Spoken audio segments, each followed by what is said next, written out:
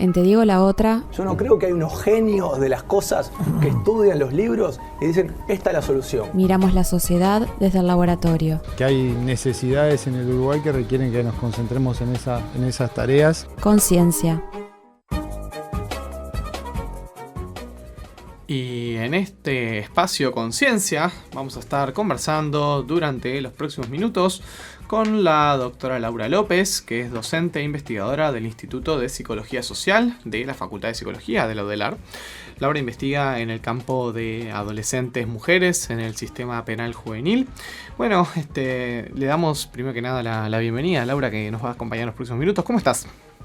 Bueno, buenas noches, gracias por la invitación. No, muchas gracias a vos por atendernos, y un poco como excusa, digamos, de tener esta conversación, es que, bueno, sucede que cada X cantidad de tiempo ocurren algunos episodios concretos, como fue la semana pasada la intoxicación de un director del INISA, con jugo dirigido a los internos, ¿no? Habrá escuchado la audiencia la noticia en distintos medios, y episodios como este suelen traer un poco el foco de la atención del público a la situación de los centros de reclusión de adolescentes.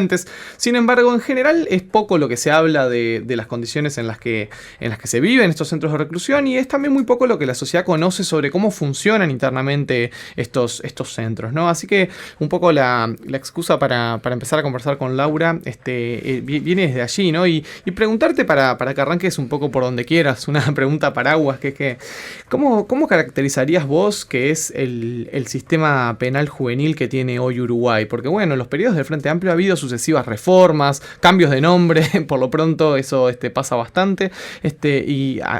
¿En qué, digamos, cuáles creerías que son hoy las características principales de este sistema? Bueno, primero me gustaría decir algo, que me parece que es importante la posibilidad de hablar de esto, o sea, sí, el para qué, porque también esto es algo que nos preguntamos mucho desde la universidad: ¿para qué investigamos estos temas? ¿Para qué meternos en este tema? ¿Para qué pensar, problematizar estos temas? Porque a veces claramente vemos que no tiene una repercusión inmediata en la vida de los adolescentes que allí viven, ¿no? Que allí están privados de libertad. Entonces esto es uno de los cuestionamientos también éticos acerca del para qué. Y bueno, el para qué también tiene que ver con esto, con poder transmitir y dar a conocer algo de lo que sucede muchas veces en espacios que son como encerrados o aislados de la opinión pública, de lo que podemos saber o de lo que podemos ver, y que muchas veces, también esto lo quiero decir, es muy difícil para la Universidad de la República entrar a investigar a estos espacios. Es decir, son contadas las ocasiones que tenemos, y bueno, hemos tenido en el marco del grupo de investigación en el que trabajo, estudios sobre infracción adolescente, hemos sí tenido la posibilidad en los últimos años de ingresar a poder trabajar, ver, pensar con operadores del sistema, con adolescentes, pero bueno, sabemos que esto muchas veces no es tan fácil. O sea, el acceso a la ciudadanía a poder pensar y ver lo que aquí acontece, sabemos que no es algo simple, ni fácil, ni accesible, ¿no? Entonces, esto me parece que es importante. Me parece que muchas veces, cuando hablamos en clave adolescencia e infracción, siempre lo que más se publicita no es las condiciones del encierro, o en las condiciones en que los adolescentes y las adolescentes, que es lo que sobre todo he estudiado, están privadas de libertad, sino que lo que sobre todo, y esto también es como una crítica, lo que toma luz o lo que se visibiliza es cuando algún adolescente o algún menor de edad comete como algún crimen que lleva como algún delito que lleva gran publicidad, y en función de esto muchas veces esta es la publicidad que se tiene, y esta es la idea que muchas veces circula en la opinión pública, donde el ser joven muchas veces puede ser sinónimo, ¿no?, de ser delincuente, el ser joven y ser pobre, y muchas veces asociado a determinadas condiciones de vida, lleva como una asociación muy rápida acerca de cómo conceptualizamos y estigmatizamos a estos otros con los que nos encontramos permanentemente, ¿no? Entonces esto me parece que es algo también importante a pensar. Cuando esto toma, o sea, me quedo pensando, y esto es algo que yo pensaba en relación a esta noticia, si hubiera sido un adolescente el que se toma este jugo, el que toma estos jugos diariamente, y hubiera sufrido una intoxicación, si hoy estaríamos hablando o se estaría hablando de estas temáticas, ¿no? O sea, o de este tema. Entonces, eso es algo que me lo pregunto, ¿no? Sí. Cuando determinadas personas son las que sufren una intoxicación, tal vez es más fácil el acceso al público a conocer esto. Pero bueno, aprovechando que esto está, me parece que es importante pensar algo de lo que es el encierro de adolescentes en Uruguay, que bueno, estamos en un momento donde ese encierro ha disminuido en términos numéricos, desde el 2007 al 2017 esta parte.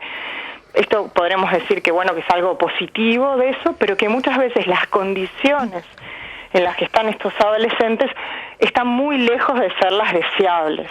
Y bueno, sí, acá surgió el tema de lo farmacológico, de la medicación, como una de las cuestiones a discutir. Esto ha sido señalado, está siendo señalado desde hace mucho tiempo por distintos organismos de derechos humanos, incluso en nuestro país, internacionales, cuando en algunas visitas que han hecho algunos extranjeros y han visitado los centros, había sido señalado muy recientemente por la Organización Nacional de Derechos Humanos acá, acerca, ¿no?, de qué era lo que estaba pasando en ese centro, y bueno, frente a eso se dijo que no se podía cerrar o que no había chance de traslado, o sea, no había recursos. Está todo el tema de la materialidad del encierro, las condiciones físicas en las que están esos adolescentes y esas adolescentes que muchas veces, bueno, esto que salta a la luz tiene que ver con muchas horas de encierro en celdas. Tenemos ahí como un monto muy grande de sufrimiento por parte de estos jóvenes. Muchas veces los que hemos circulado por estos espacios nos encontramos que son los adolescentes y las adolescentes las que piden la medicación. Ellos reclaman la medicación y cuando uno les pregunta acerca de los sentidos, bueno, ¿por qué estás pidiendo no? Uno diría, bueno, ¿por qué? Y muchas veces tiene que ver con esto, con paliar determinados efectos que el encierro produce, como ser el insomnio, trastornos también a nivel alimenticio, esta idea de pasar el tiempo y no querer darme cuenta dónde estoy, si estoy dormido, si estoy un poco como atontado de alguna forma, estoy como de alguna forma sedado a nivel de sensibilidad para captar dónde estoy. Y esto me lo hace más fácil, o de alguna forma eso es lo que, cuando piden esto, cuando piden medicación para dormir más, entonces también ahí tenemos un sentido cuando son ellos los que reclaman. También tenemos que el tratamiento con psicofármacos en el sistema penal tiene otras funcionalidades, que son también algunas de las que han salido en estos días a la luz, que tienen que ver con esta idea como de control más punitivo, de control de que estén sedados, no desde la institución, esta idea como del chaleco de fuerzas químico que surge en estas instituciones, y también de alguna forma el deja a la vista, me parece que es lo que es, deja muy desnudas el nivel de sufrimiento que generan estas condiciones y estas instituciones en las que están nuestros adolescentes en este momento. Entonces, también, bueno, acá hay que pensar una tercera línea en relación al uso de los psicofármacos, que tiene que ver con el tratamiento los tratamientos en los casos de abstinencia vinculado al uso y al consumo abusivo de determinadas sustancias. Muchas veces también en esos marcos están indicadas determinadas medicaciones. Lo que sí es claro, y algo creo que en eso algo se ha avanzado, hace unos años nada de esto estaba registrado, o sea, no quedaba en ningún lado lo que el adolescente estaba consumiendo en clave medicación. Ellos, me acuerdo, me decían, y hoy tomé 8 pastillas. Y vos tratabas de indagar por qué un adolescente había tomado 8 pastillas en una mañana y no quedaba claro ni estaba en ningún lado registrado. Creo que en esto sí ha habido cierta posibilidad, por lo menos, de generar un mínimo protocolo donde ahora esto está registrado. Laura. Y se cambia cada 30 días, o sea, se supervisa. Bien, entiendo. Entrábamos directamente con este tema de la medicalización y si la medicalización de los y las adolescentes es parte, bueno, del control que ejerce el Estado sobre estas personas en su situación de privación de libertad temporalmente, ¿no? Y preguntarte si vos identificás que este caso concreto, si representa una situación aislada o si es algo más bien habitual del sistema. A ver, hay cosas que no me animaría a decir porque no tengo los conocimientos de estar transitando por estas instituciones diariamente en la actualidad. Lo que no es aislado es el gran consumo de psicofármacos que tienen los y las adolescentes privadas de libertad. Lo que acá aparece no es solo el consumo de psicofármacos, sino como la forma de administrarlo, ¿no? Ajá. Eso sí, por lo menos, a mí me parece más llamativo, que haya como que estén de alguna forma diluidas en un jugo, o sea, Claro. ¿dónde está la autonomía para el adolescente? O sea, ni siquiera sabe que le están dando algo de alguna forma, o no queda claro si sabe o no sabe este adolescente qué es lo que está tomando en ese jugo, porque así como está presentada la información o con la información que tengo, parecería que el adolescente no sabe Claro. que está tomando este jugo, lo que tiene de adentro. No lo sabía el director. Ujú. Entonces, bueno, eso es lo que en este caso parecería tener algo de cuestión singular. Lo que no es singular es como el uso intensivo. No sé, eso me parece que no es de ahora y que no puede sorprender, sí, el uso intensivo, y casi que hay un estudio hace poco salió que hizo en la propia Facultad de Psicología, donde creo que el porcentaje que hice es el 56%. En el caso de adolescentes mujeres me animaría a decir que es mayor el porcentaje de las que consumen psicofármacos. Hacia allí va un poco, Laura, la consulta que te íbamos a hacer, ¿no? Planteando o pensando algunas particularidades que el sistema de privación de libertad, que el sistema de reclusión tiene o presenta para algunas, para las mujeres adolescentes que allí se encuentran. Te consultamos si, bueno, en virtud de esas particularidades y desigualdades también de género que persisten en el sistema, se visualizan o se traducen también en desigualdades o en diferencias en el tratamiento y en la medicalización de estas adolescentes mujeres. ¿Se observa allí alguna diferencia por lo que has podido indagar? En realidad acá hay como varias investigaciones. Bueno, primero, en general las mujeres, hay un gran consumo de psicofármacos tanto dentro de la privación de libertad, que es mayor al de los varones, como fuera de la privación de libertad, ¿no? Entonces, esto en la privación de libertad se agudiza más, se intensifica más, algo que ya acontece afuera. Esto está bastante investigado para lo que son las cárceles de mujeres adultas, está menos investigado, menos pensado para lo que son las cárceles de adolescentes mujeres, porque lo que pasa aquí es que tenemos una población, bueno, por suerte mínima. Son muy pocas las adolescentes mujeres privadas de libertad en Uruguay. En un momento rondaban las 20, creo que ahora están en un entorno de 10, han bajado estos números, han venido descendiendo, entonces son muy pocas. Pero bueno, lo que se plantea en relación a mujeres, en la comparación sobre todo de cárceles de adultas, es que sí, que las mujeres en las cárceles de adultas, distintas investigaciones en Latinoamérica, en Inglaterra, en España, dicen que consumen más psicofármacos que los varones en la privación de libertad, y acá entran varios temas en juego. Uno de ellos, por ejemplo, es el sufrimiento de las mujeres privadas de libertad en relación a los hijos que quedan afuera. Entonces, esto se visualiza más en las cárceles de mujeres adultas, pero nosotros también tenemos en la privación de libertad de adolescentes mujeres, algunas de ellas que son madres, o sea, donde la maternidad también se pone en juego como factor que intensifica algunas angustias y sufrimientos, cuando también tenemos que son como muchas veces las mujeres las que cargan con la cuota mayor en términos de cuidados, ¿no? Tanto de ancianos como de niños, sobre todo de niños pequeños, ¿no? Hay una responsabilidad mayor en el cuidado, hoy por hoy esto permanece, en lo que implica el cuidado de otros. Entonces, esto también en el contexto de privación de libertad es un elemento que genera muchas veces una cantidad enorme de sufrimiento y de padecimiento para las mujeres. También hay algunas investigaciones que marcan algunas cosas que son interesantes, donde, por ejemplo, muchas veces las mujeres privadas de libertad, y eso creo que sí está pasando en Uruguay, los delitos por los que están privados de libertad tienen que ver con el microtráfico, y entonces ahí hay todo un cuestionamiento acerca de, por los que son privadas de libertad tienen que ver con ciertas sustancias, ¿no? Con el traficar con ciertas sustancias, el microtráfico, y después en la privación de libertad se permite o se alienta el consumo de otras sustancias que, bueno, que tienen también efectos como muy dañinos. Entonces, bueno, esto es todo un debate.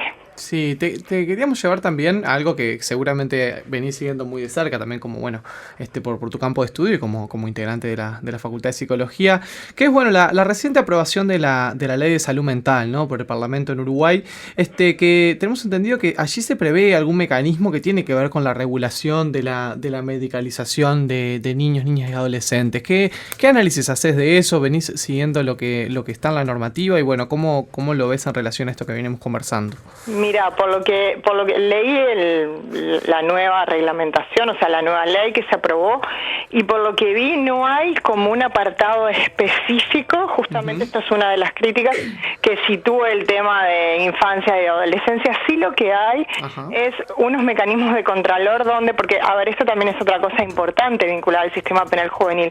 Muchas veces en estas instituciones y el sistema penal juvenil funcionan de alguna forma como en circuitos con las instituciones psiquiátricas. Es decir, un adolescente en un determinado contexto de encierro se autoagrede, incluso sabemos que ha habido, bueno, casos de suicidio en este mismo centro donde hubo este suceso la semana pasada. En diciembre hubo una situación muy puntual con un adolescente que se suicidó, y frente a eso también hubo un montón de polémica. Pero entonces estas instituciones, lo que quería decir era esto, que funcionan de alguna forma.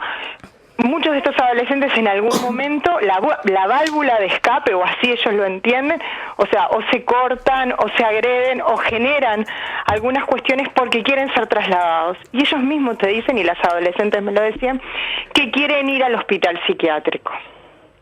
De alguna forma hay un circuito que va de la privación de libertad en estos centros al hospital psiquiátrico, y de ahí vuelve, ¿no? Es como una suerte de circularidad donde seguramente hay algo de lo que ahí pasa que comporta determinados tratamientos similares de alguna forma, ¿no?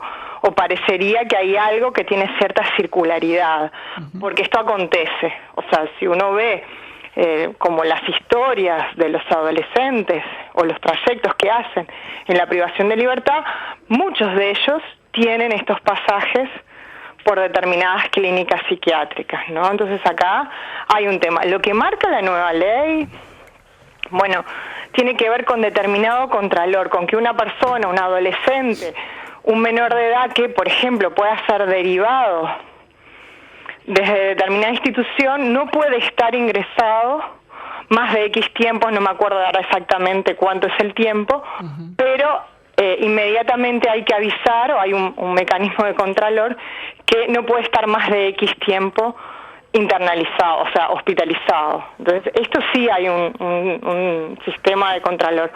Pero no tengo entendido, por lo menos acá capaz que me agarran, que es otra la persona que tiene que poder hablar de esto, de que haya un mecanismo específico para el contralor de los adolescentes privados de libertad. Creo que no está contemplado en la ley como población vulnerable. Laura, y en esta situación que planteabas de que por un lado los adolescentes y las adolescentes utilizan los psicofármacos como placebo o como forma de salir de la realidad en la que están, y a su vez se utilizan esos psicofármacos como forma de control, digo, ¿qué alternativa hay frente a esta situación si mismo desde las instituciones se utilizan esos psicofármacos también como con una actitud positiva, si se quiere, hacia el consumo de parte de los adolescentes?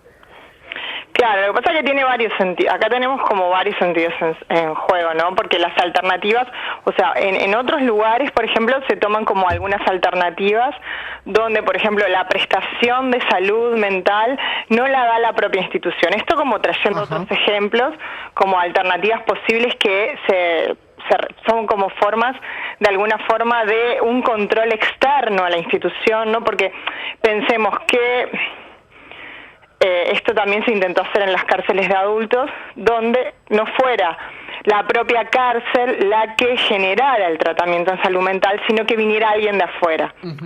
Esto podría ser una vía, no quiere decir que eso lo solucione todo, pero me parece que lo más importante, lo alternativo acá, es que la privación de libertad realmente tendría que ser una medida de último recurso. Están las medidas no privativas de libertad, que en este momento están vinculadas al sistema penal juvenil, existen, viven, luchan, y bueno, capaz que en una distribución de materialidades y de recursos es hacia ahí a donde tenemos que ir y no hacia los contextos de privación de libertad con menores de edad. Me parece que lo que nos muestra esto de forma más descarnada es el nivel de sufrimiento y el nivel de vulneración en los que están los adolescentes allí privados de libertad. Entonces me parece que la alternativa frente a la medicalización tiene que ver más con poder cambiar nuestra cabeza en relación a lo que es la privación de libertad de adolescentes y realmente convertirla en una medida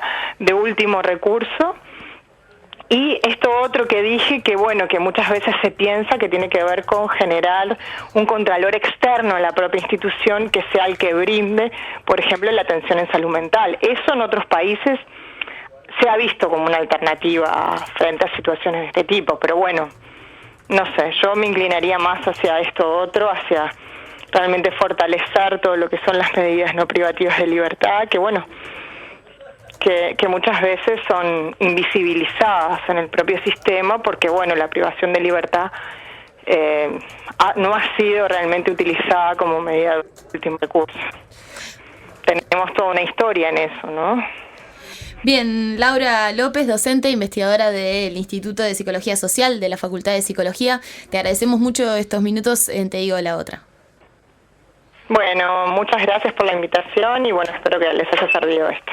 Sin duda, muchas gracias. Adiós. Te digo la otra. Yo no lo hice público, ellos se lo subieron a las redes. Búscanos en Facebook, Twitter y YouTube.